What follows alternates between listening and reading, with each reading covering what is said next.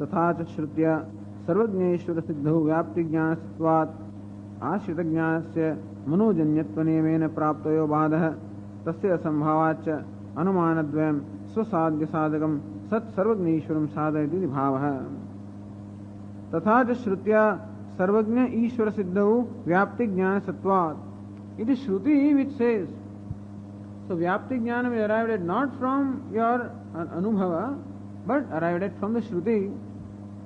So, Ashrita-jnanasya manojanyatva-niyamena praptayo bādha, that Sarvajñatvam is the Jnana Ashrayam, that is, so that brought about this problem of manojanyatvam of the Jnanam, that Brahman is not Sarvajñam in that sense. So, yo bādha tasya asambhavacha, so that kind of a bādha is not applicable when Sarvajñam is accepted as Swarupa Jnana Swarupatvam. Anumanadvayam Swasadhya Sadhakam Sat.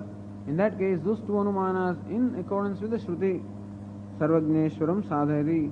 So Anumanam becomes what? Shruti Anugrahakam.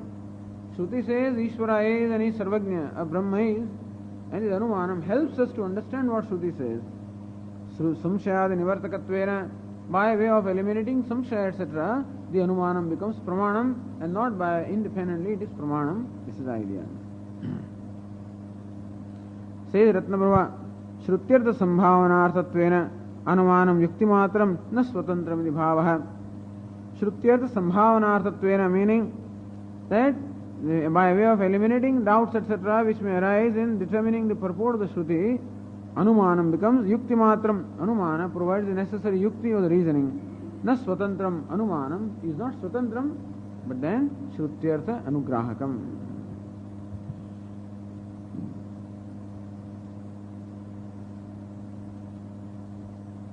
Okay, now begins another discussion. Nanu idam ayuktam Shrutehe anumanantar bhavam abhipretya bhavadīya sutrakrita anumanasya upanyastvad vaisheshikah shankate. Again Vaisheshika presents another shanka. Idam ayuktam, all that you say that Anumanam is not pramanam is ayuktam, is not proper. Shrutehe anumanantar bhavam abhipretya. So Vaisheshikas accept only two pramanam, the pratyaksha and anumanam, and they say that Shabda also is pramanam by way of being included in inference. So Shabda does generate knowledge, but then the knowledge generated by Shabda is included within inference. Because when you hear the word, then how will the word create the knowledge? You have to compare that word with what you heard in the past with reference to your memory, and then the knowledge is created. And therefore, they would say that the word also creates knowledge by, in the same process as inference creates the knowledge. And so they accept Shabda also as part of inference. So he says, Shrutehe anumanantar bhavam abhipretya bhavadīya sutrakrita. Your sutrakara, namely Badarayana, anumanasya upanyastatvat. Here janmadhyasya yatah is an upanyasa of presentation of anumanam and not of the Shruti. Iti Vaisheshikah shankate. This is what Vaisheshika says. Nano iti, page 103, Bhashyakara says, in the fourth line, Nanu ihapi tadeva upanyastam janmadi sutre. So this discussion is brought up deliberately because Bhashyakara wants to establish the place of Anumanam. The earlier discussion may create the idea that Vedantins dismiss Anumanam or the role of Anumana or inference or Yukti. Vedantins do not dismiss the role of the Yukti. Vedantins do accept the role of reasoning, except that reasoning should be that which supports the Shruti and not something that independently gives knowledge. And that point must be clarified. To clarify that point, Bhashyakara raises this question. Nanu ihapi means in this sutra also, tadeva upanyastam anumanameva upanyastam ihapi janmadi sutre. In this janmadi sutra also, the same anumanam alone is presented. Why do you say that anumanam is not the swatantra pramanam?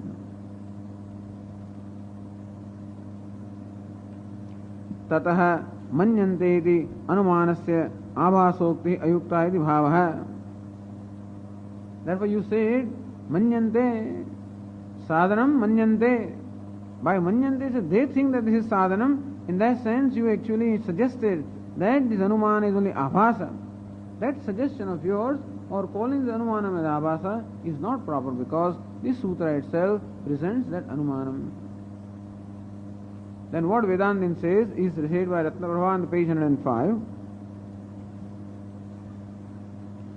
यदि श्रुतीनां स्वतंत्रमानत्वं न स्यात् तर्हि तत्तु समन्वयात् इत्यादिनां तासां तात्पर्यं सूत्रकृत् न विचारेत्. यदि श्रुतीनां स्वतंत्रमानत्वं means प्रमाणत्वं न स्यात्, you say that your sutrakara has presented anumanam by way of the sutra. So now we have to understand what sutrakara has done. He says that sutrakara presents anumanam by way of the sutra. Is it the trend that Sutrakara has accepted in this Brahma Sutra? Or what is generally the trend that Sutrakara has accepted in Brahma Sutra? Says, Yadi Shrutinam Swatantramanatvam na syat Sutrakara mate. If according to the opinion of the Sutrakara, Shruti of the Upanishad did not have independent pramanyam or the authority, tarhi then tattu samanvayad ityadinam तासाम तात्पर्यम सूत्रकृत न विचारेत. In this sutra and the whole adhyaya called Samanvaya Adhyaya, Sutrakara has taken up various statements from the Shruti and analyzed the Tatparya of the purport of the Shruti to come to the conclusion that all the Upanishads have only one subject matter, namely Brahma. Thus, in the subject or Vishaya and the Prayojanam, that there is Samanvaya or Ekavakyata or the same vision that every Upanishad has by way of the subject matter that is presented and by way of Prayojanam or the purpose that the Upanishads have. It is not that different Upanishads present different subject matters or the different Upanishads have different purpose to serve. This is what Sutrakara in that 4th Sutra elaborately states, thereby establishing that all these sutras, all the Shrutis in the same manner or with the one opinion alone present the same subject, the same prayojanam. So if Sutrakara did not think that Shruti is Swatantra Pramanam, then he would not have taken time and effort to analyze Shruti statements to show that because Pramanam must have Samanvaya, our eyes must have consistency. If the eyes today present that this place as possessing chairs, and tomorrow the same eyes present this place possessing tables, and third day the same eyes show the same thing differently, in which case eyes do not have consistency. In which case eyes cannot be accepted as pramanam. One of the needs of pramanam or means of knowledge is it must be consistent. For Upanishad or Shruti also to be pramanam, if there are 10 or 15 or 100 Upanishads, each one of them is like an eye with which you see Brahman. If each one of them showed Brahman or saw Brahman differently, then you cannot accept that as pramana. If the right eye shows you something else, and left eye shows you something else, and the eye shows something else today and something else tomorrow, there is no consistency. If consistency is not there, it doesn't have pramanyam. Sutrakara shows there is consistency in all the Upanishads, otherwise the Upanishad will not be pramana. So to establish pramanya of the Upanishad, it is necessary to establish samanvaya. Having said Janmadhyasya yatah, that Brahman is that from which the creation, sustenance, dissolution of the universe are, how do you say that? This 3rd sutra is presented. What is it? Shastra yonitvat. Because Shastra is a yoni or the pramanam of this. How does the Shastra is pramanam? Tattu samanvayat. Because all the Shastra is consistent in presenting Brahma as the subject matter and as Jagat Karanam. So it is necessary right away you must establish consistency of the Shastra to establish that as pramanam. So Sutrakara has taken a great deal of trouble. Sutrakara said only Tattu Samanvayat, Bhashyakara took trouble, but anyway, we imagine that all the trouble is taken by Sutrakara also, because otherwise how can you bring out these meanings? So all the trouble that we are taking today, including, is all done by Sutrakara, except it doesn't require so much time and energy, that's all. For him 1 minute is enough. All the trouble potentially is included in 1 second of Sutrakara, which may take years and years for us, to see, regardless of that. But Sutrakara has spent so much effort in establishing consistency of all the Upanishads, because that is how you establish Pramanyam, or the authority of the Upanishads. And that Sutrakara would not have done had he not thought Shruti of the Upanishad as Swatantra Pramanam.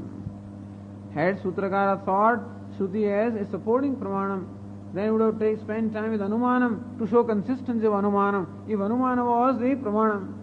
But Sutrakara takes Shruti and shows a consistency that shows that according to Sutrakara, Shruti is Swatantra Pramanam and not anything else. इत्यादिनाम तासाम तात्पर्यम सूत्र को न विचारयेत तस्मात् उत्तर सूत्राणाम श्रुति विचारार्थत्वात् जन्मा उत्तर सूत्राणाम. Similarly, therefore, the following sutras, so far, of course, up to this sutra also does Shruti vichara, yato vayamani bhutani. But there is a question whether this Shruti vichara or Anumana vichara. Therefore, we may say that this sutra perhaps is not the final word. But what do the subsequent sutras do? Uttar Sutranam Shruti Vichararthatvat. All the subsequent sutras, they only do vichara, or they do the inquiry upon this Shruti alone. Therefore we say that this sutra also does Shruti vichara and not Anumana vichara. Janmadi sutre bhi Shruti hi eva swatantrena vicharyate na Anumanam iti pariharti. Therefore, in this sutra, Janmadi sutra also, it is Shruti alone which is swatantrena vicharyate. That Shruti alone is analyzed here as Swatantra Pramanam and not Anumanam in this sutra also. Because right away they catch you. If Anumanam, then the whole Shastra becomes Anumana Shastram. So if you want to make your point, make it right in the beginning. So right away they attack you, that this sutra itself presents Anumanam. Then we will come to the other things when we come to other sutras. If you accept that contention, you will be in trouble. So right away we have to be clear that this sutra also does not discuss Anumanam, discusses Shruti, because all subsequent sutras only discuss Shruti. Therefore this sutra also should discuss Shruti. Iti pariharati na iti. Okay, come back to page 103. Bhashya. Na Vedanta Vakya कुसुमग्रथनार्थत्वात् सूत्राणाम. See how beautifully Bhashyakara presents the role of Brahma Sutra. Says no, it is not right to say that this sutra does vichara upon Anumanam. Why? Vedanta Vakya Kusumagrashanarthatvat Sutranam. What is a sutra? Sutra is a thread. What does the thread do? Thread only threads all the flowers. So this Brahma Sutra is a beautiful garland of flowers. What are these flowers? Flowers are the various mantras or the various statements culled from the garden of Upanishads. So Vanamali, Krishna is Vanamali. Lord Krishna is Vanamali, meaning he only, whatever flower is there, all these Gopabalas, whatever looks nice, they pick a pluck and make a mala. Not that every flower is the same, every flower is different. All wild flowers also, but very beautiful and having some amazing kind of fragrances also. Similarly also, Sutrakara is presenting here a beautiful mala made of various flowers. And these flowers are culled from the garden of the Upanishads. Upanishad is a garden. And our Upanishad, every Upanishad is what? Like a plant, having various flowers. From which you pluck one flower. Another Upanishad you pluck another flower and thus make a garland. Vedanta Vakya Kusuma Grasanarthatvat. In as much as all these sutras are only, they are grasaning. Grasanarthatvat means what? They are in fact presenting the threading in. They are the threads for joining or connecting all the flowers which are culled from the Upanishads. And therefore, this only discusses the Upanishad and not Anumanam. This is the idea. Says Bhashya Vedanta Vakya Kusumartha Grasanarthatvad Shruti Vichararthatvad. In such a poetic language he says, the meaning is Shruti Vichararthatvad. That is, but Sutra is explained here by Bhashyakara. So the sutra does only Shruti Vichara, that's all. Vedanta Vakyartha Parishkarathatvad iti yavat, meaning that whatever is the Artha, Vedanta Vakyartha, what is the purport of the statement of Vedanta, that alone is being clarified here or brought into clarity. And that is the role that the sutras have to play, and therefore you cannot say that the sutras are doing Vichara on Anumanam. They only do Vichara on the Shruti. Etadeva Upapadayati, what is stated in the Sangraha Vakya alone is elaborated by Bhashyakara, says Bhashya further.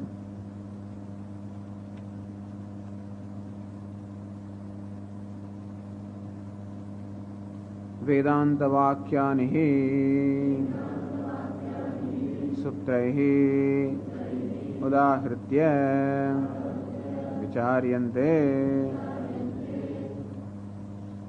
Vedanta Vakyanihi Sutraihi Udahritya Vicharyante. Because Vedanta Vakyani, it is by the statements of Vedanta Udahritya, having illustrated Vicharyante.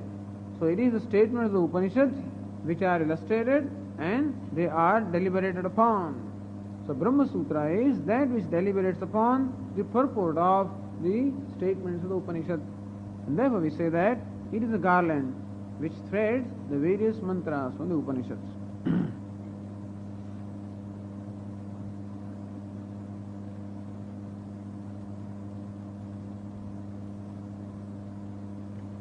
Says Purnanandiya, page 105 at the bottom. Kincha mumukshoho brahmavagatihi abhishta yadartham asya shastrasya arambha sacha na anumanat tattvam tantva upanishadam iti shrutehe atah na anumanam vicharyam ityaha. Kincha, furthermore, okay, that yes, from the trend of the Sutrakara we see that he has only taken up the various mantras of the Upanishad for Vichara, and therefore this Sutra also takes up the Shruti mantra for Vichara. That is said from the trend. But then there must be some better reason than that. Kincha, furthermore, what is the purpose of the Shastra? What is the Prayojanam? Mumukshoho brahmavagatihi abhishta. What is it the Mumukshu desires? Brahmavagatihi, knowledge of Brahman. Jignasa and Vichara will produce what? Brahmavagatihi, knowledge of Brahman. Because that is the means for moksha. Knowledge of Brahman is knowing Brahman is the very self. Meaning knowing the self is Brahman, knowing the self is complete or free, and that's the nature of freedom. So that is what is desired by mumukshu. Yadartham asya shastrasya arambha. For which purpose is the commencement of this Shastra. Sacha avagatihi brahma avagatihi na anumanat. And that brahma avagati, knowledge of Brahman, cannot be an inference. Tantva upanishadam. Tantu aupanishadam purusham bruhi. So in Brihadaranyaka Upanishad, somebody walks into the sabha and tells Yajnavalkya, please tell me about that aupanishadam purusham. Upanishad eka pratipadyam. So that which is only Upanishad alone is that which is revealed only by the Upanishad. That Purusha or the Paramatma or the Self, please tell me about that. So that statement of the Upanishad shows that Upanishad is the only Pramanam for Purusha or for the Self.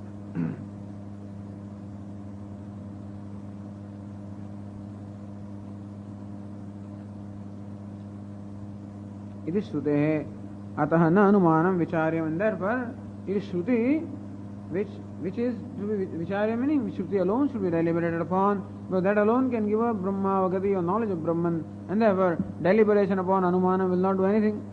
So it only makes sense that there should be deliberation of vichara upon the Shruti. Ityaha Vakyartha iti. With this in mind, Bhashyakara says on page 106,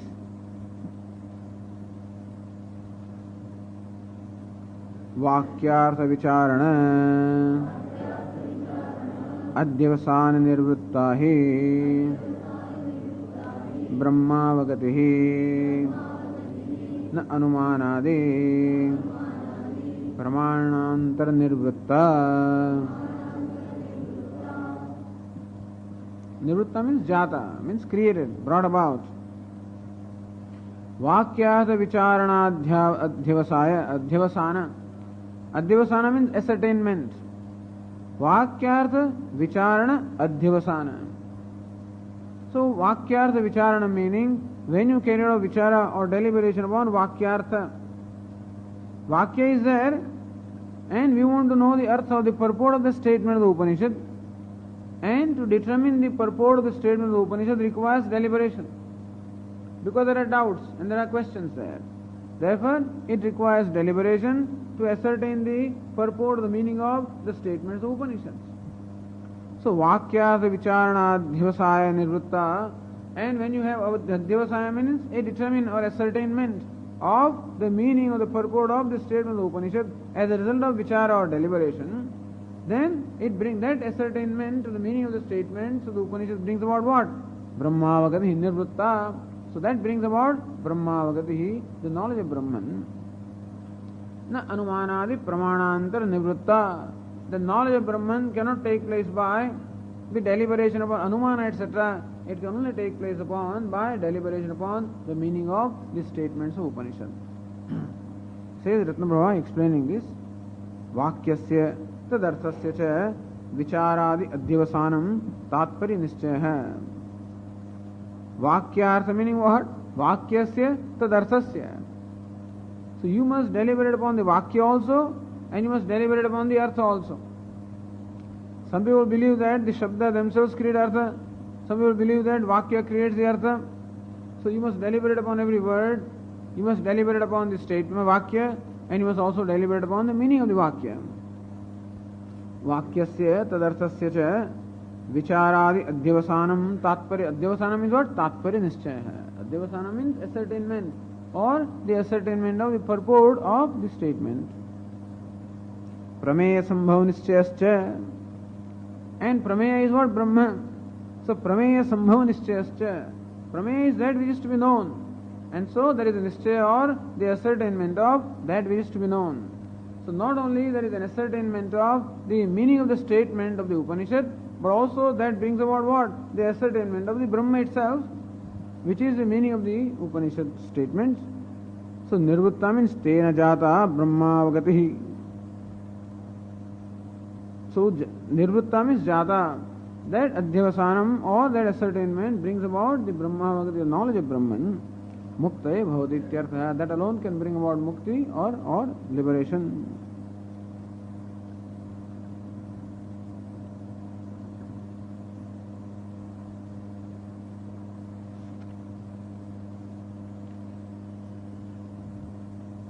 Says Purnananda in the second line, Vakya Visharat Etad Vakyam Etasminarthe Tatparyakam Tatparya Nischaya Jayate Vakyartha Vicharat Prameya Badabhava Nischaya Hiti Bhavaha.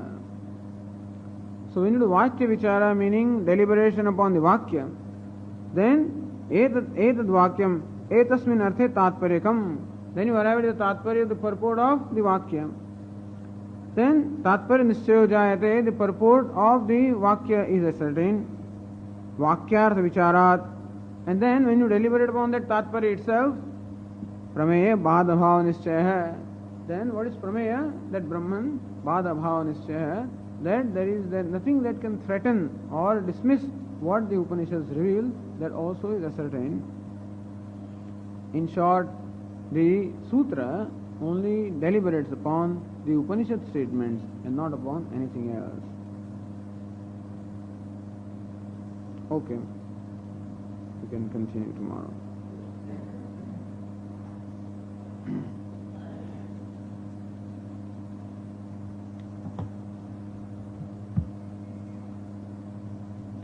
Om Purnamadah Purnamidam Purnat Purnamudachyate Purnasya Purnamadya Purnameva Vashishyate. Om Shanti Shanti Shanti. Shankaram Shankaracharyam Keshavam Badarayanam Sutra Bhashya Krutau Vande Bhagavantau Punah Punah Ishvaro Gururatmeti मूर्तिभेदविभागिने व्योमवद्व्याप्तदेहाय दक्षिणामूर्तये नमः।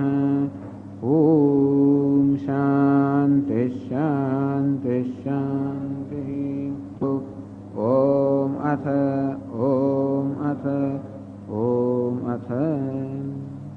जन्माद्यस्य यतः 103 विभाष्य।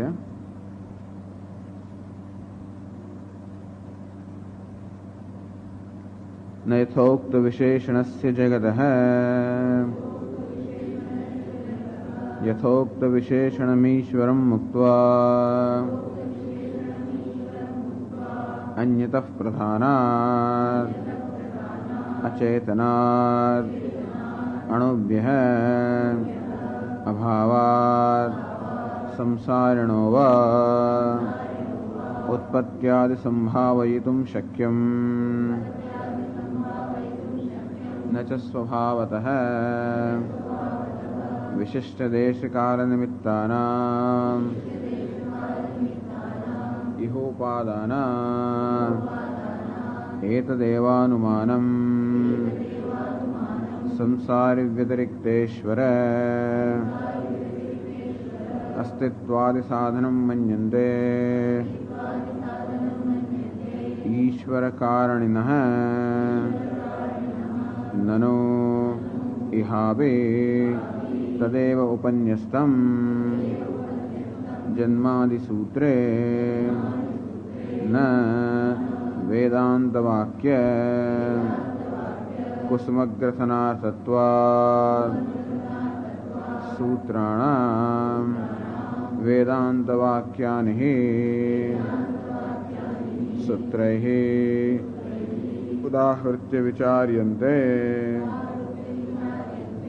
वाक्यार्थविचारणाध्यवसाननिर्वृत्ता हि ब्रह्मावगतिः न अनुमानादि प्रमाणान्तर्निर्वृत्ता।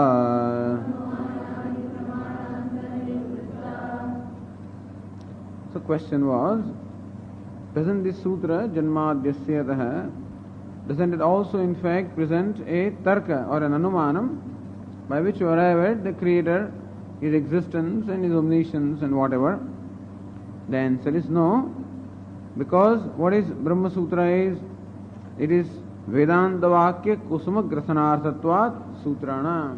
What the Brahma Sutras do are, they present in fact the kusuma, the flowers of the mantras of the Upanishad. Vedanta Vakyani Sutrahi Udahritya Vicharyante. What the sutras, each sutra or each adhikaranam does is, it takes up the Vedanta Vakya, Udahritya, they quotes them or takes them for analysis, Vicharyante, and then they are subject to scrutiny or deliberation. Thus the purpose of the Brahma Sutra is to arrive at the purport of the Vedanta Vakya, to arrive at the vision of the Vedanta Vakya, the Upanishad, and Vakyat Vicharana Dhyavasana Nivruttahi Brahmavagatihi. Brahmavagatihi, or the knowledge of Brahman, can take place when? Only when there is Adhyavasanam, meaning there is Tatparya Nischaya. So Tatparya Nischaya Jatahi Brahmavagatihi. The knowledge of Brahman can be born only when? Because Vedanta is a pramanam in the form of words or statements. Therefore, ascertainment of the purport of the Vedanta Vakya is what generates the Brahmavagatihi, or the knowledge of Brahman. And then Adhyavasanam comes from Vakyartha Vicharanam, by scrutinizing or deliberating upon the meaning of the statements, upon the purport of the statements and what the statements of the Vedanta convey. By deliberation upon them, that arises Adhyavasana, meaning Tatparya Nischaya, as well as Prameya Nischaya. What is the vision of the Vedanta and what is the nature of the Prameya, meaning Brahman. So vision of Vedanta is in Brahman. What is the nature of Brahman? The Brahman is none other than Atma. Thus this Adhyavasaya, meaning this ascertainment arises, and that alone is the knowledge. So this Nischaya alone is knowledge. Knowledge is nothing else. It is not other kind of happening. But this Nischaya, or this ascertainment, a firm ascertainment or this conviction that Atma alone is Brahman, this conviction alone is the knowledge, nothing else. Right now the conviction is that Atma is Alpaha, is small. And the conviction that Atma alone is Brahman, that conviction which arises as a result of deliberating upon Atma with the help of the Vedanta Vakya. So that conviction alone is called knowledge. And that conviction cannot arise by deliberating upon Anumana and things like that, because Anumanam or inference is all pertaining to Anatma. All of these other Pramanas, other than Vedanta, have their scope in Anatma, the non-self. Perception also can pertain to what? Perception can be of something other than myself. Inference also, which is based on perception, also is based on for something other than myself. So all the Pramanas have their scope in what we call Anatma or non-self. Vedanta alone has its scope on the self, but that's the only Pramanam for revealing the nature of self, and therefore by no other Pramanam can we ever ascertain the nature of self. They are good for ascertaining the nature of non-self. That's the reason why we don't go to Vedanta for determining the nature of world and things like that in that sense. Atoms and molecules and whatever it is, we need not go to Vedanta, because for that the Pramanam that we have, the other means of knowledge, namely perception, all of them are meant for that. But they are not meant to reveal the nature of the self, and for that we have Shrutireva Sharanam, Atindriya Vishaya, Shrutireva Sharanam. When it comes to Atindriya Vishaya, Atma, Ishvara, Shruti alone is our Sharanam. Therefore, for Tatpara Nischaya, it is necessary to deliberate upon this statement of Vedanta.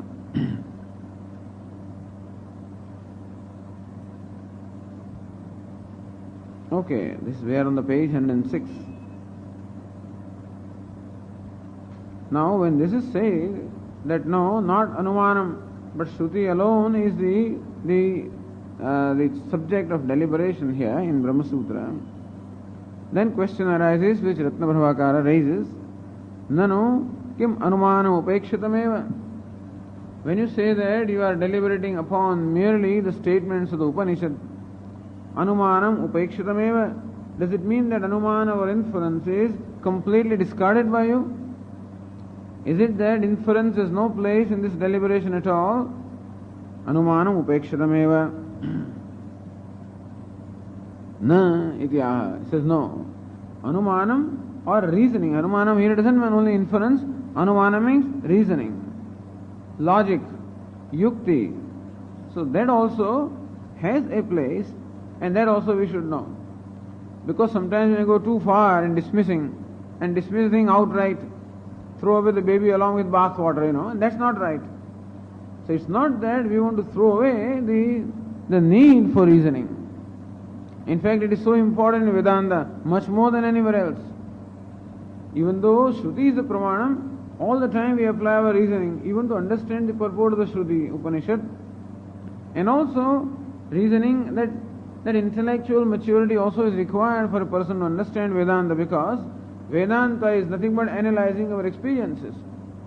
So because Brahman is a self, and therefore what we are doing is analyzing our experiences in order to determine the nature of realities, and that requires a reasoning. Because our conclusions are based on false reasoning, and therefore true reasoning is required to see the fallacy of our conclusions.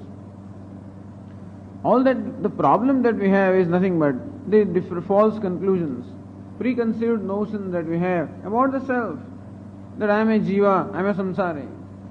About Ishvara is away from me, is remote. So these are the fundamental conclusions that we have, that the self is a small or little entity, and Ishvara, the Lord, is remote, is away from me. These are the conclusions. Or that the world is real as it appears. So we have to scrutinize these conclusions, and that is done with the help of Vedanta. And that scrutiny requires necessarily reasoning, because some kind of reasoning we have applied in order to arrive at these conclusions. It is not that we have arrived at the conclusion without some reasoning. That I feel a small, limited being, some reasoning is there. That Ishvara or God is away from me, some reasoning is there. That world is real, some reasoning is there. Where is all this reasoning? In our intellect. And that is where that false reasoning has resulted into these false notions. And that alone makes me suffer. People are suffering only because of the notions and nothing else. Nothing else other than notion. Notion about myself and therefore notion about everything else. When I have a distorted view of my own self, I am going to have a distorted view of everything else. Because my mind is distorted. And therefore it is necessary that we should scrutinize our conclusions and we should see the fallacy in the reasoning with which we have arrived at these conclusions. And therefore, right reasoning is required in order to become free from the notions and conclusions generated by false reasoning. And therefore, reasoning, not anumanam as such, inference as such, but reasoning cannot ever be dispensed with. It is integral part of this study. Although reasoning, as we said always, is shrutyanugrahakam. We always apply the reasoning or arguments in such a manner that they enable us to understand the purport of the Shruti and not contradict the Shruti. Reasoning can be of different kinds. And you can reason in such a manner as to dismiss everything, find fault with everything, and contradict everything. Then the mind becomes like that. In that case, that kind of reasoning will be only destructive. So reasoning all the time in life is required. Always have a proper reasoning. Always try to see the good everywhere, because there is going to be enough bad in this world. And therefore, if you want to see it, you will be busy, not 24 hours are not enough to see the bad things in the world. And if you want to see that, fine. That's how the mind becomes stinking, and so it sees stinks everywhere. And thus, if he wants to see the fragrance, there also it can find, and therefore proper reasoning or proper perception is required. And that is what Vedanta teaches us, that there is something beautiful about you, look at that. There is something beautiful about everything, and that's all ultimately is real. This is what, when we say the world is mithya, these other things are mithya. That beauty is satyam. This is the idea, because that's what Brahman is. And thus, what we call shrutyanugrahakam anumanam, the reasoning which enables us to see what the Shruti wants to say. Shruti or the Upanishad wants to reveal some beauty of life, some greatness, some beauty, some glory that there is all pervasive in me and everywhere. And this is what Upanishad wants to reveal. And that is how, if our reasoning is, we shall be able to see it. And therefore, Anumanam has definite scope, and very much the scope. So, kim Anumanam upekshitameva? Na ityaha. No, Anumanam is definitely not upekshitam, not discarded or ignored. In fact, it has a great importance. And what it is, that is what is explained next. Satsutu iti. Says Bhashyakara, Satsutu Vedanta Vakyeshu Jagataha Janmadi Karanavadishu Tadartha Grahanadardhyaya Anumanamapi Vedanta Vakya Virodhi Pramanam bhavata na nivaryate shrutyaiva cha sahayatvena tarkasya abhyupetatvat.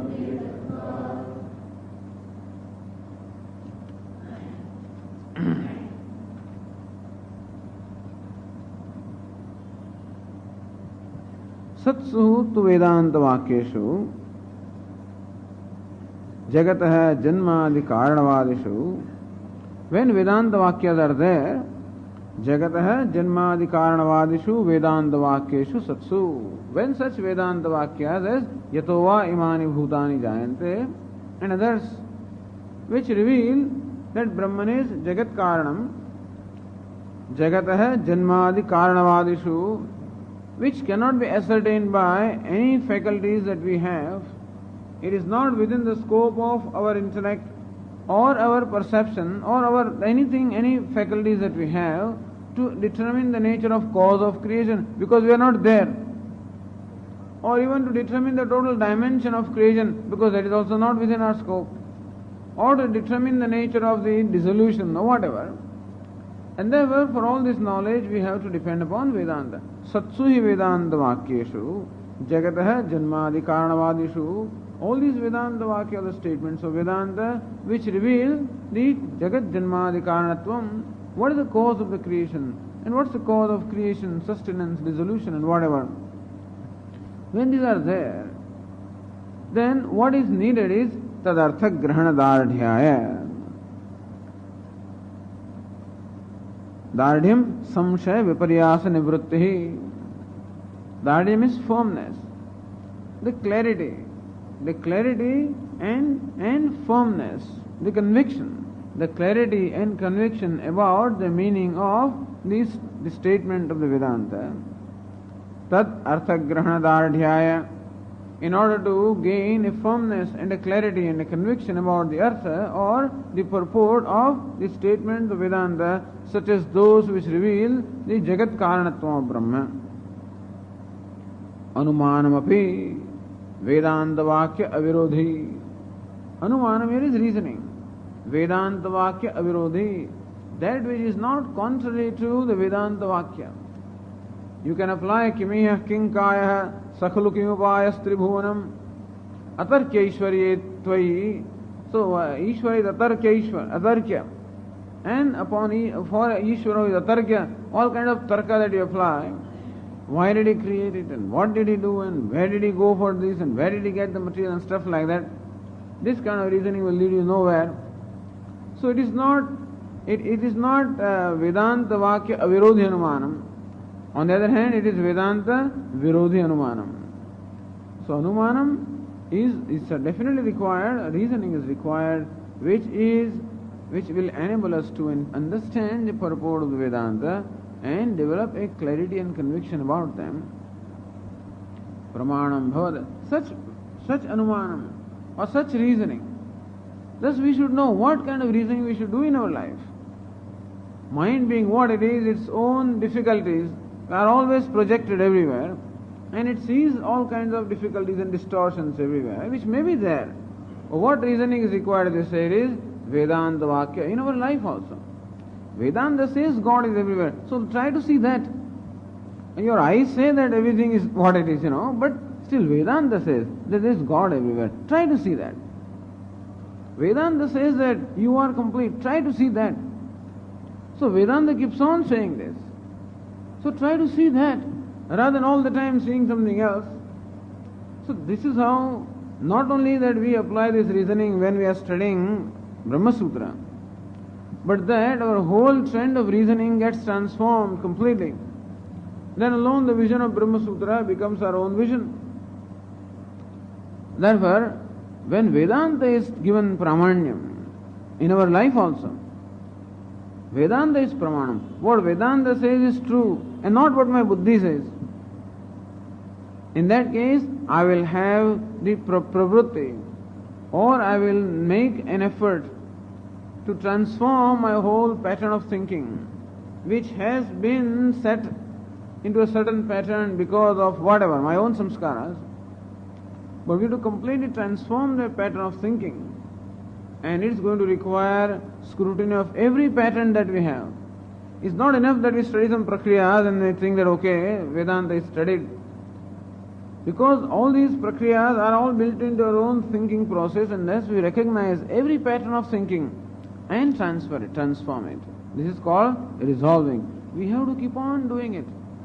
And that is how we grow. This is a work of a lifetime or several lifetimes or any number of things is going to require in order to completely transform. Then we shall see what the Shruti sees. It is a commitment that it's something that is going to require its own time, and that's beautiful. That's how we grow. But a commitment that when we call ourselves Vedantins, we are committed to Vedanta and not to anything else. And this is what Vedanta is. And thus our commitment is to try to see what Vedanta says rather than what newspapers say, or whatever it is. So Vedanta Vakya Avirodhi Pramanam Bhavat Na Nivaryate. Anumanam also becomes a Pramanam. That kind of Anumanam Na Nivaryate. We don't discard it, or we don't ignore it, or we don't neglect it. Shrutya evacha. In the Shruti, in fact, Upanishad itself, Sahayatvena Tarkasya Abhyupetatvad. The Shruti herself says that reasoning is required. Shrotavya, Bhashyakara will say Mantavya. That yes, reasoning is required to really develop a conviction about what Vedanta reveals.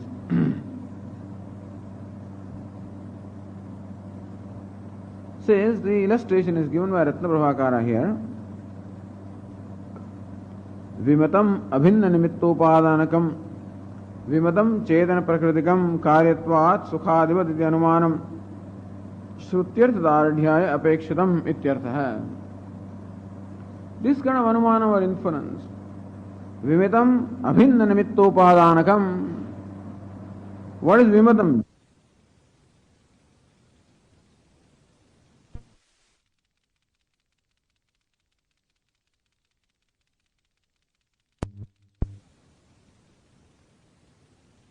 Is a contention.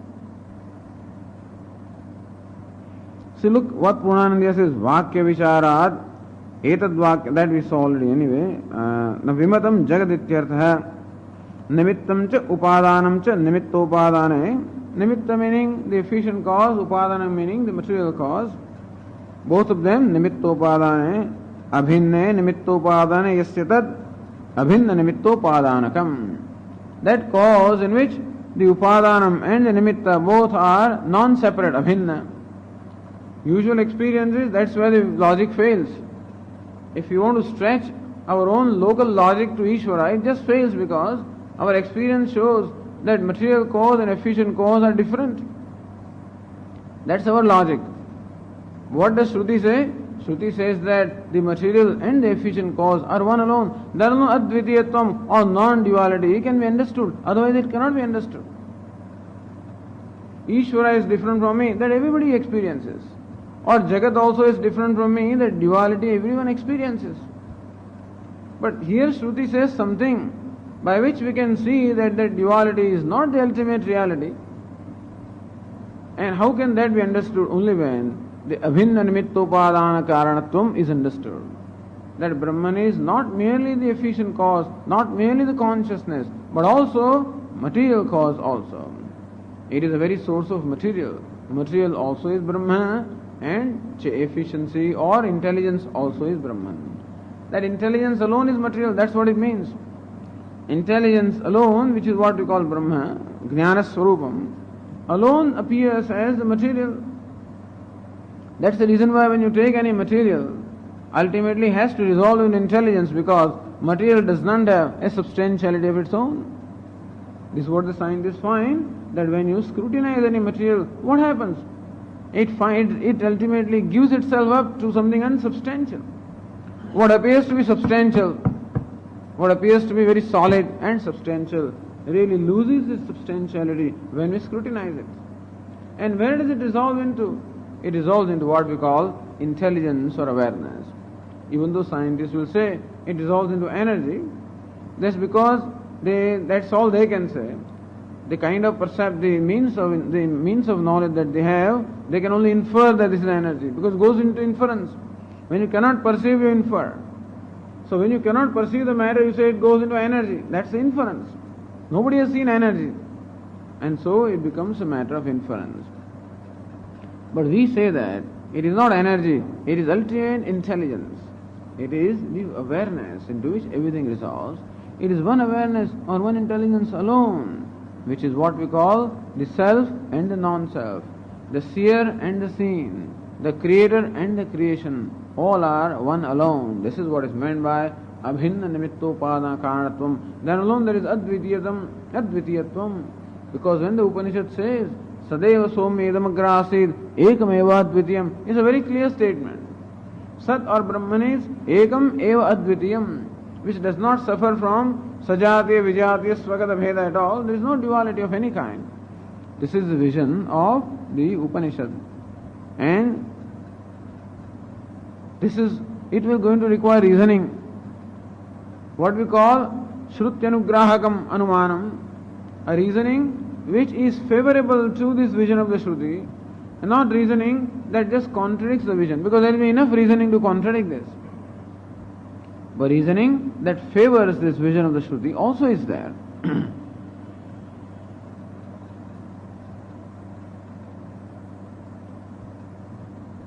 अत्र इदम् अनुसन्धेयम् ब्रह्म विवर्तोपादानं माया तो परिणामी उपादानम् इति पक्षे स्वरूप अनुपमर्दनेन अन्यथा भावः विवर्तः स्वरूपोपमर्दनेन अन्यथा भावः परिणामः इति तयोः भेदः विभावनीयः. See, Purnanandya very beautifully explains causality of Brahman. Brahma vivartopadanam. Brahma is, when we say Brahman or intelligence is the material cause, vivartopadanam. Maya to parinami upadanam. Maya, or what we call that creative energy, is parinami upadanam, that undergoes transformation. Not that Maya is a separate thing from Brahman alone. That Brahman alone appears. Brahman, which cannot appear as anything because there cannot be an inherent change, even then appears to be changing. That is what we call Maya. Don't think that Maya is some kind of a separate entity. Since we cannot explain logically Brahman, inasmuch as Brahman alone, on one hand Shruti says Sarvam Khalu Idam Brahma, all of this is Brahman alone. On the other hand, Shruti also says Satyam Jnanam Anantam Brahma, that Brahman is Satyam, and Satyam can be that which is changeless. On one hand, Shruti says the whole universe is Brahman. On the other hand, Shruti says Brahman alone is Satyam. How do you reconcile this? Brahman that is changeless, and how can you simultaneously say that it is changeless and simultaneously the creation that is changing? How do you say this? How can you reconcile? The only way to reconcile is that the change is unreal. That change is merely an appearance. That is the only way you can understand it. Otherwise, if change also is real and changeless also is real, that cannot be reconciled. And when we really, with this frame of mind, that the change cannot be real if what Shruti says is true, then we will proceed to analyze the reality of the change, and then we will discover that change is not the ultimate reality. Change is something that is superimposed, and changeless alone is a reality. So that we will discover, provided we have resolved to conduct our experiment in a certain way. When a scientist conducts an experiment, there is always a hypothesis. An experiment is always designed around that hypothesis. What is our hypothesis? That changeless is real, and change cannot be real if what the Shruti says is true. Then let us analyze whether the change that we constantly perceive, is it real? Then we find that change is something that is projected. Who projects that? Our sense organs, our mind that constantly projects. So what we call the changing creation is a projection. Without bringing about an intrinsic change upon the substratum, namely Brahman, upon which the projection takes place. So it is said, Swarupa Anupamardanena Anyatha Bhava Vivartaha. Without giving up its own nature, appearing different, appearing contrary to one's nature, without really giving up one's nature is called Vivartaha. Like the rope, without giving up its nature, appears as a snake, this is called Vivarta. Swarupa Upamardanena Anyatha Bhavaha Parinama iti. What is parinama or transformation? Is giving up its nature. Like clay becoming a pot, where it gives up its previous form and gets transformed into a new form. This kind of material cause is called the parinami upadana karanam, or the material cause which undergoes transformation, and Maya falls in this category. Maya is that, again that Maya is nothing but appearance. So all changes are in Maya or in appearance. And so we introduce an entity called Maya only in order to reconcile between what we experience and what the Upanishad says.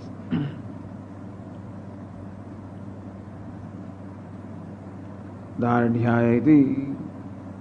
So Shrutyartha Daradhyaya apekshitam. Said Vimatam Chetana Prakritikam Karyatvat.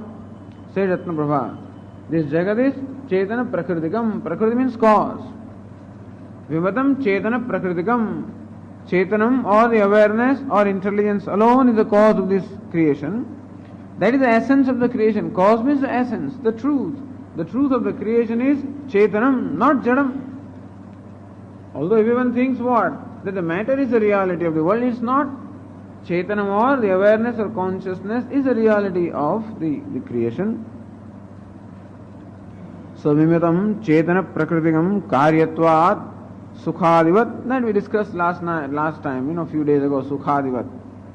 How Atma becomes the Abhinna Nimitta Upadana Karanam for Sukham. That Sukha, in as much as it is Samavai inherent in Atma, so it is Samavai Karanam or the material cause, and by way of performing the Shubha Karma, then Atma also becomes Nimitta for Sukha. In this manner, Abhinna Nimitta Upadana. You will not find any illustration which is complete, by the way. You cannot find any illustration that is complete. If it is complete, illustration becomes the truth.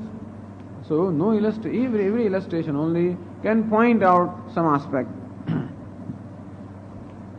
Iti anumanam shrutyarthadardhyaya apekshitam. Usually we give the illustration of dream, where the dreamer is both the material as well as the efficient cause. That is the closest illustration. This kind of anumanam, this kind of reasoning is shrutyarthadardhyaya apekshitam. So dardhyam means samshaya viparyasa nivrittihi.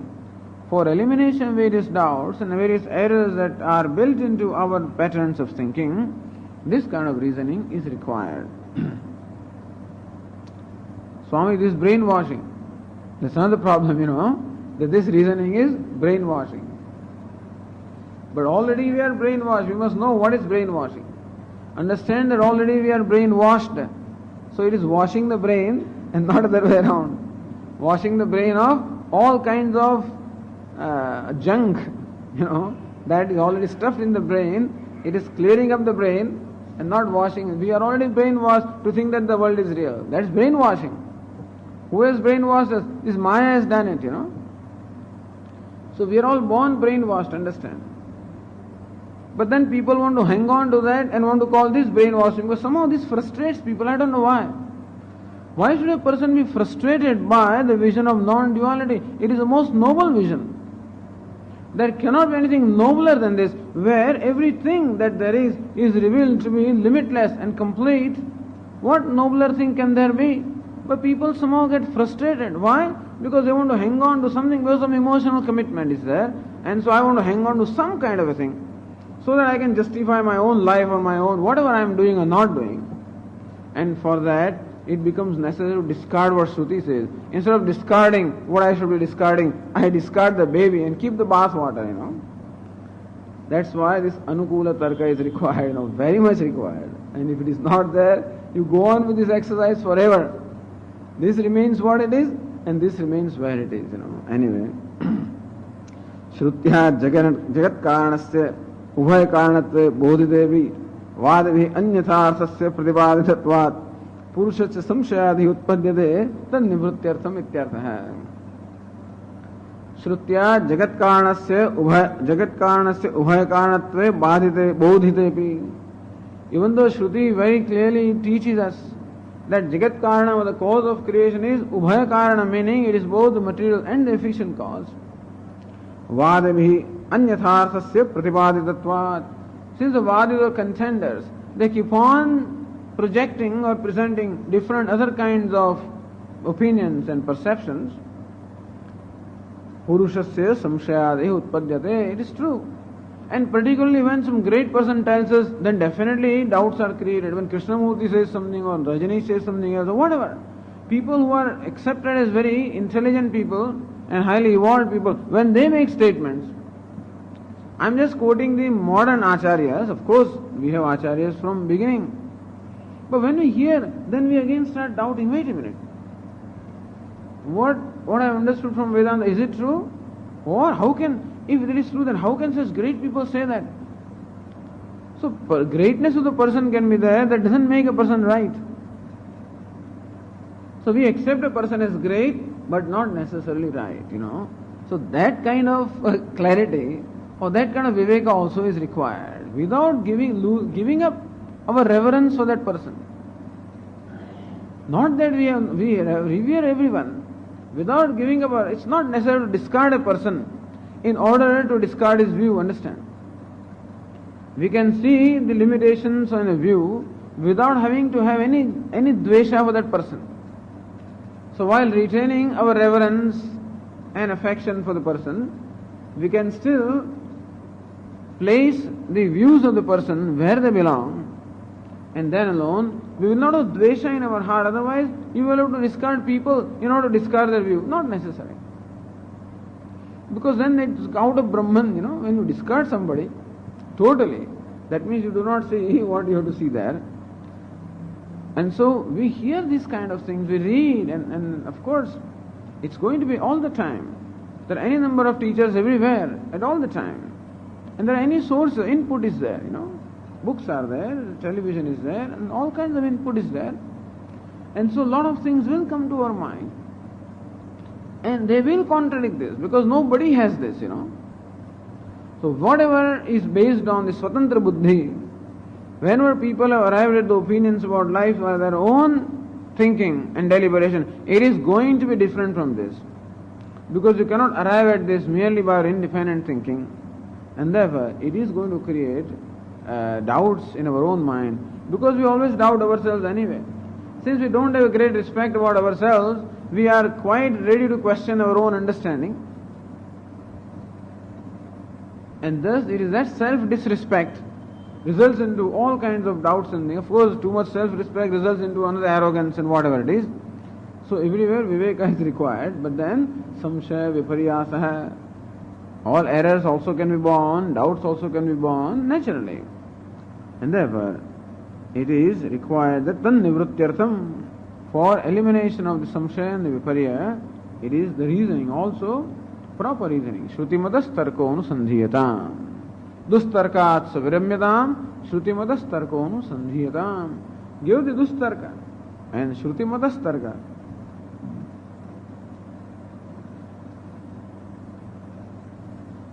And this is what Bhashyakara says here, continuing the Bhashya.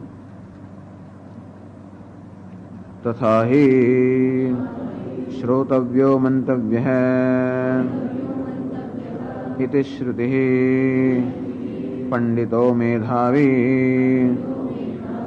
गान्धारानेवोपसंपद्य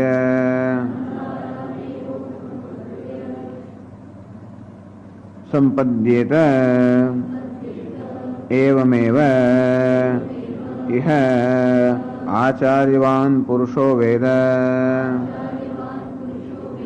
इति च पुरुषबुद्धि साहाय्यम् आत्मनो दर्शयति तथा ही to illustrate Shruti also says what? Purusha buddhi sahayyam atmanah darshayati. Shruti also says Atmanah means Shrutehe. Shruti also says, Upanishad itself says that Upanishad or the Shruti must also be supplemented by, or rather complemented by, Purusha Buddhi Sahayyam. Purusha Buddhi meaning the reasoning of the person, the reasoning of the person also, that Sahayyam, that support is needed along with the Shruti. That is what Shruti herself says. Because merely making statement doesn't necessarily create the right kind of an understanding in the mind of the person. The person should have the intelligence enough to ascertain the tatparya or the purport of what we are saying. Otherwise all kinds of misunderstandings and confusions can be.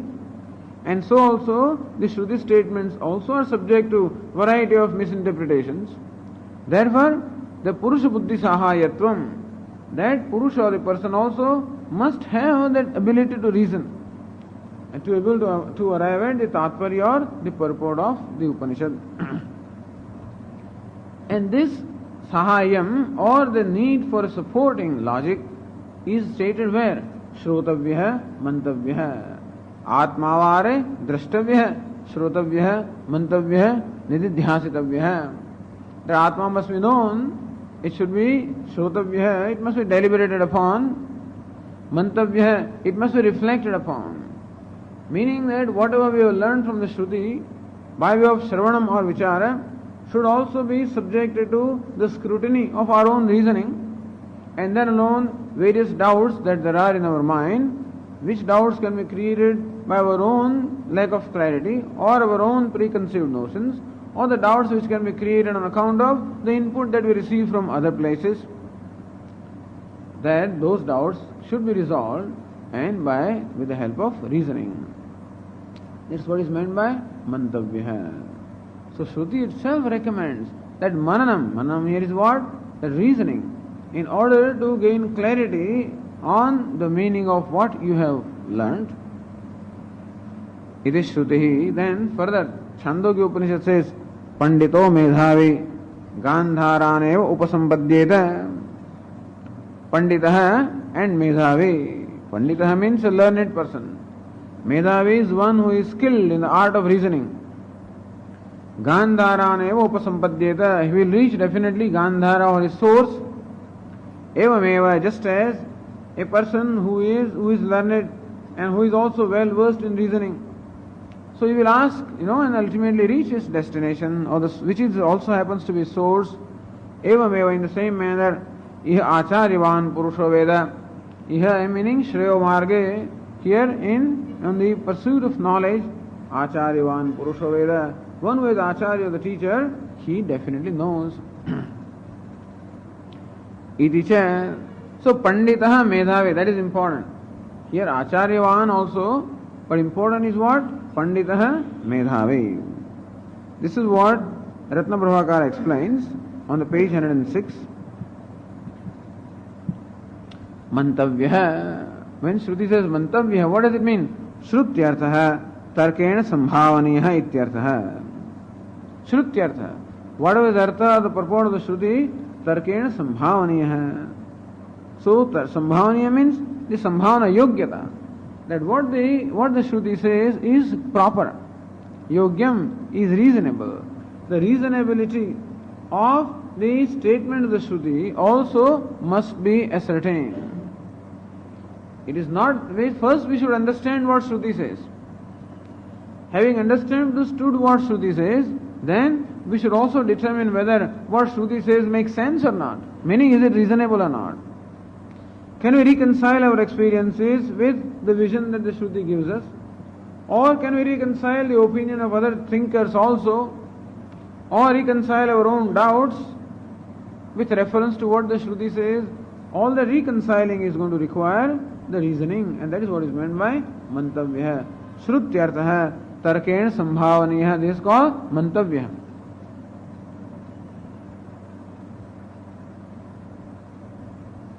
Shrutyartha Shrutyada vichara rupa shravanena grihitartha. Shrutyartha means Shrutya pratipadana artha. That meaning that we have, or the knowledge that we have gained as a result of Shravanam.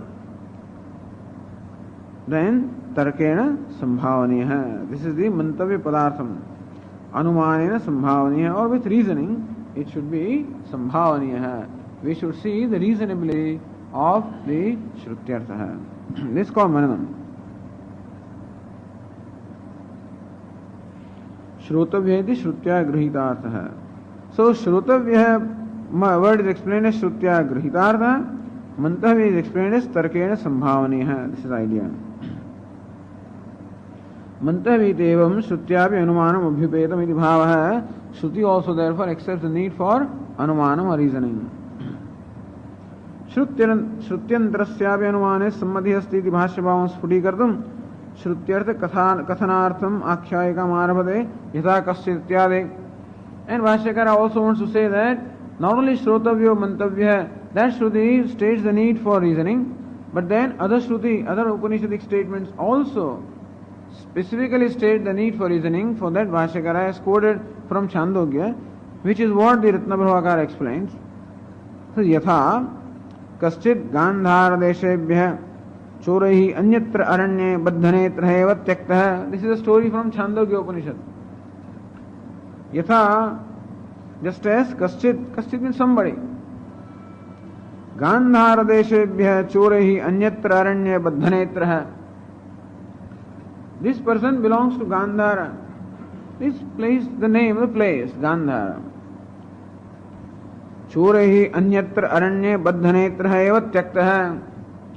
The thieves or the bandits, they caught hold of these fellows, blindfolded him and took him from Gandhara, some remote place, aranye baddhanetra eva tyaktah. In a forest, that fellow was just left.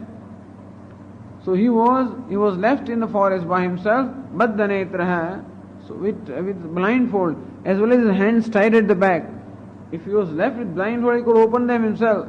But his hands also were tied at the back and eyes were blindfolded. In this manner, the fellow was just left in a forest, far away from this source, which is Gandhara Desha.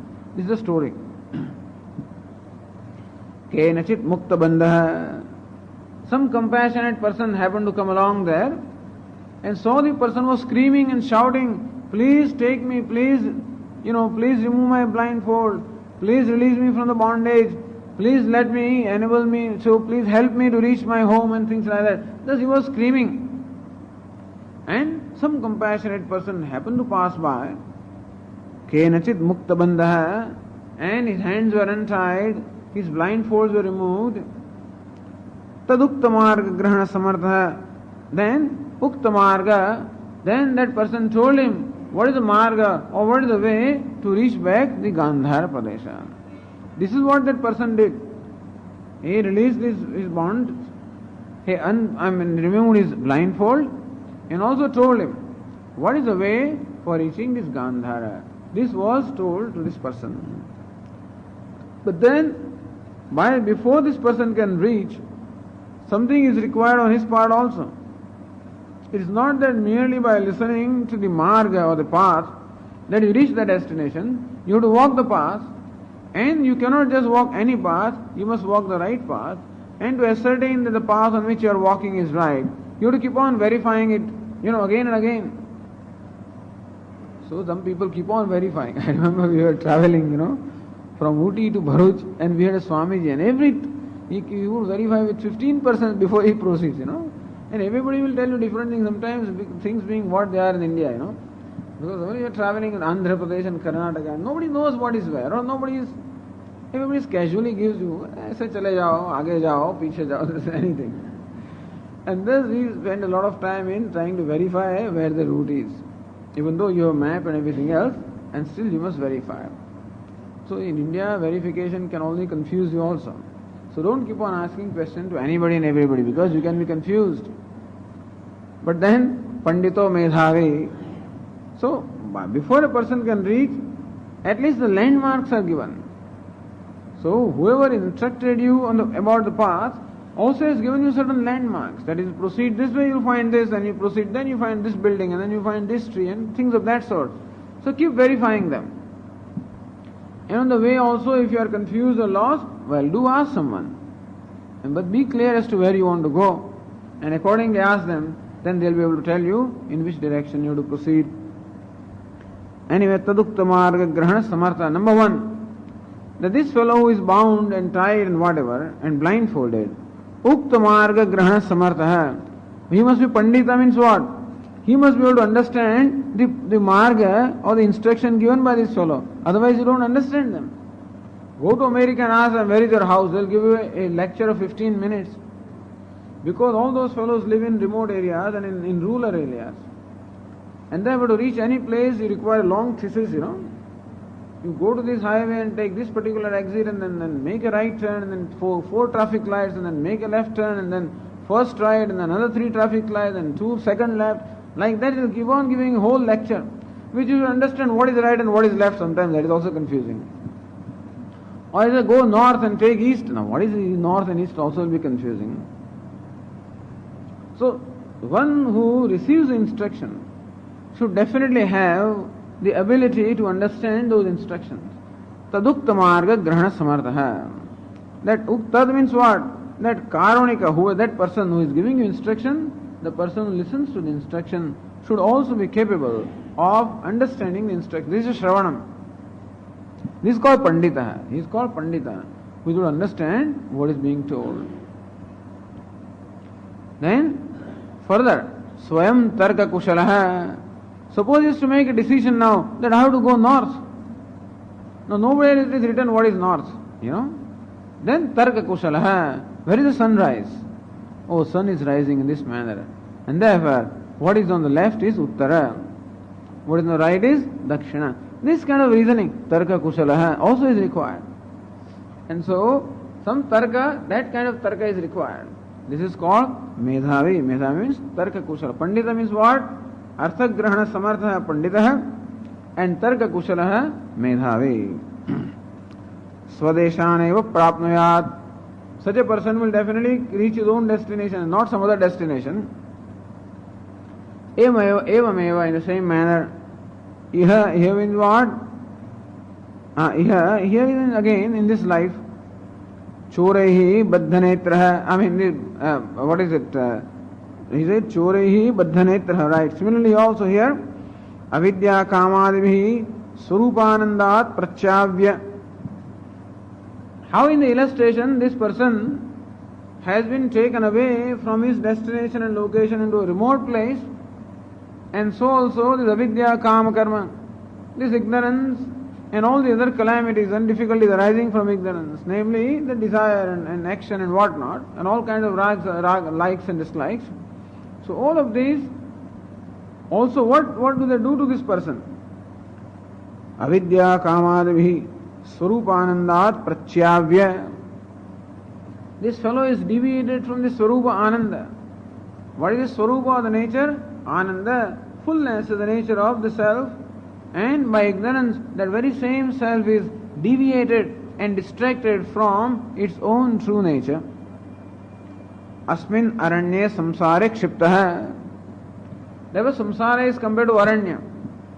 Asmin aranye samsare kshiptaha. He is thrown into the samsara aranya. The maze is a jungle, you know.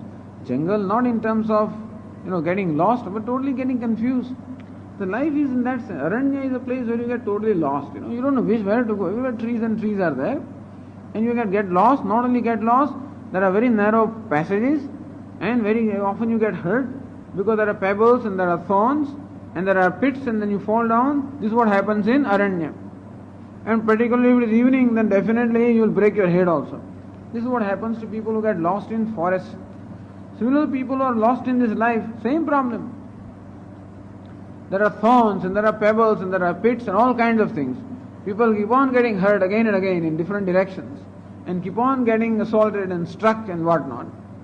Therefore, this life or samsara is often compared to aranya or forest. So, aranya samsare kshiptaha. This poor fellow, the self, is thrown into the samsara aranya by chora, by the thieves of the nature of avidya kama karma.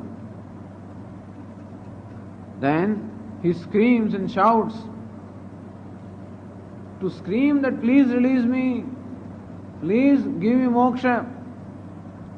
Swamin namaste nataloka bandho karunya sindhu patitam bhavabdho mamuddharatmiya kataksha drushtya rujvadi karunya sudha vivrustya mamuddhara.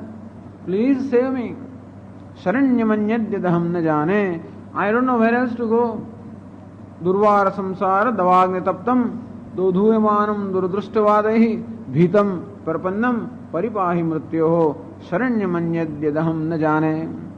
To say that Durvara samsara davagni taptam, and to recognize that the difficulty is elsewhere. Not other, you know, what is to recognize that problem also requires what? The maturity, or it requires the arising or manifestation of the Purva Punya. So therefore all Purva Punya that we must have performed, this some maturity arises in our life. That the world doesn't have any solution to offer, that what problem I am suffering from is not this ordinary thing, as Arjuna recognized in the midst of the battlefield. That the grief that he was suffering from was not ordinary grief that can be removed by some victory and kingdom and pleasures and comfort. It's some more fundamental grief which is going to require some different solution. And that's how Shishyasteham Sadhimam Tvam Prapannam. How Arjuna surrendered himself to the teacher. When this happens, then Kenachid Daya Paravashena Acharyena. Then why should Acharya entertain him anyway? Daya Paravashena. The Acharya is also Paravasha. See, even great people also are paravasha, meaning they are also helpless. They cannot but help this person. So, Acharyena nasitvam samsari kintu tattvamasi ityadi iti upadishta swarupaha. And so this Pandita, he is now taught nasitvam samsari. You are not samsari. Kintu tattvamasi, that you are. That Brahma, that limitless you are. You are not a samsari. Iti upadishta swarupaha. Thus, one whose swarupa or the true nature is taught by the Acharya. This Pandita. Pandita is the one who would understand what the teacher is unfolding.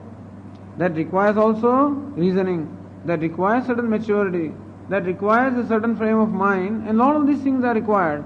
So that qualification that is required in order to understand what the teacher is unfolding is called Pandityam. Here. Swayam Tarka Kusalaschet. Then also, as we said, various doubts can arise. Swayam Tarka Kusalaschet. If he is himself Tarka Kusalaha, also skilled in Tarka. Swarupam Janiyat na anyatha iti Shrutihi Swasyaha Purushamati Rupa Tarka Apeksham Darshayati iti aha Panditaha iti. Swarupam Janiyat na anyatha. That if a person has the reasoning ability, then he will be able to assimilate what has been taught.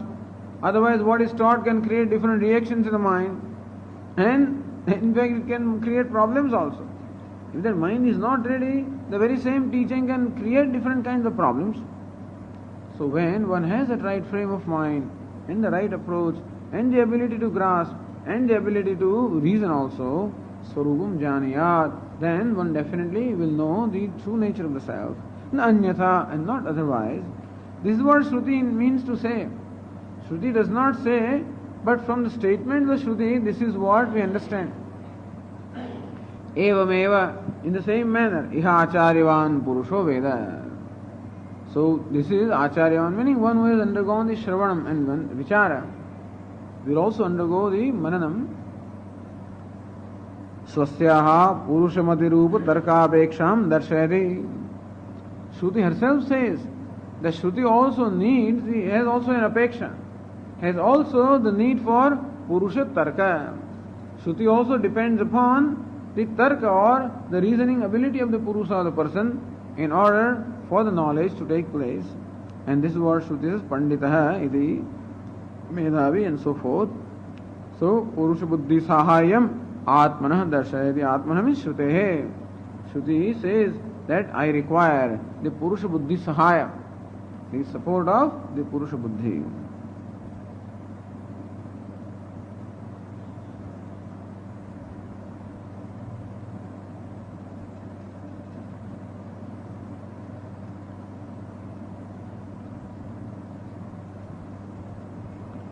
Says Purnandya in the very last line in the page 106, Iyata Granthena Atindriyarthe Shrutireva Swatantra Pramanamidis Pratipadya Shrutyartha Sambhavanarthatvena Manan Rupasya Anumanasya cha Yat Pramanya Muktam Tad Dushana Paratvena Shankam Udghatayati Nanu Brahmana iti.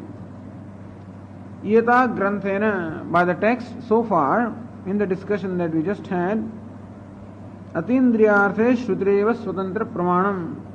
The Shruti alone, Upanishad alone is Swatantra Pramana. The independent and valid means of knowledge, Atindriyarthe, when it comes to the matters of which are Atindriya or beyond perception, Shruti eva Swatantra Pramana iti Pratipadya.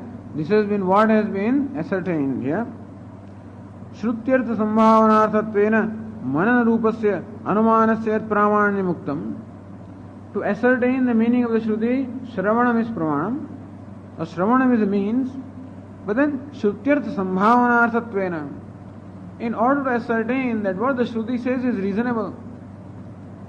Shruti says that you are Brahman, or there is only one Brahman which is one without a second. This is what Shruti says and this is what we understand. But whether this is reasonable or not, is it logical, is it tenable? Where our experience is only revealed duality, how can we reconcile the non-dual, the nature of truth that the Shruti reveals?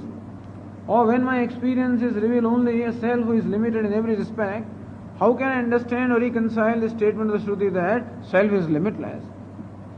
When I find the world is real and always a cause of the pleasure and pain, how can I reconcile the idea that the world is mere in appearance? And thus, to reconcile what the Shruti says is going to so Shrutyartha Sambhavanarthatvena.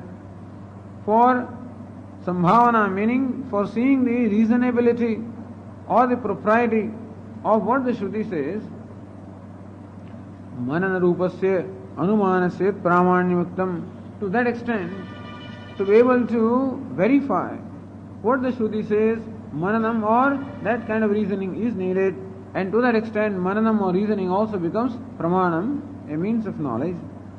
Yet Pramanyam Mananasya Uktam Tad Dushana Paratvena. Somebody wants to find fault with this. How can Mananam be Pramanam? Shruti alone is Pramanam. When the Shruti is Swatantra Pramanam, now the other fellow goes to other extreme.